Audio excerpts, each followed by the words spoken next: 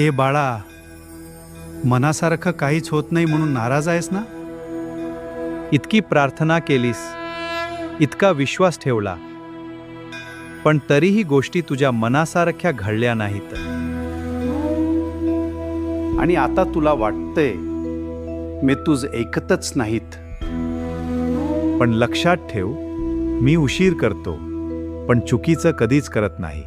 तू ज्या गोष्टीसाठी रडतेयस ना, कदाचित ती तुझ्यासाठी योग्य नसेल. म्हणून मी तुला थांबवत आहे. कारण तुला फक्त आज दिसतंय, पण मला तुझं पूर्ण आयुष्य दिसतंय. म्हणून नाराज होऊ नकोस, माझ्यावरचा विश्वास सोडू नकोस. आज वेळ कठीण आहे, पण कायमची नाही. ज्या दिवशी सगळं ठीक होईल ना, त्या दिवशी तुलाच समजेल की मी तुला एकटं कधीच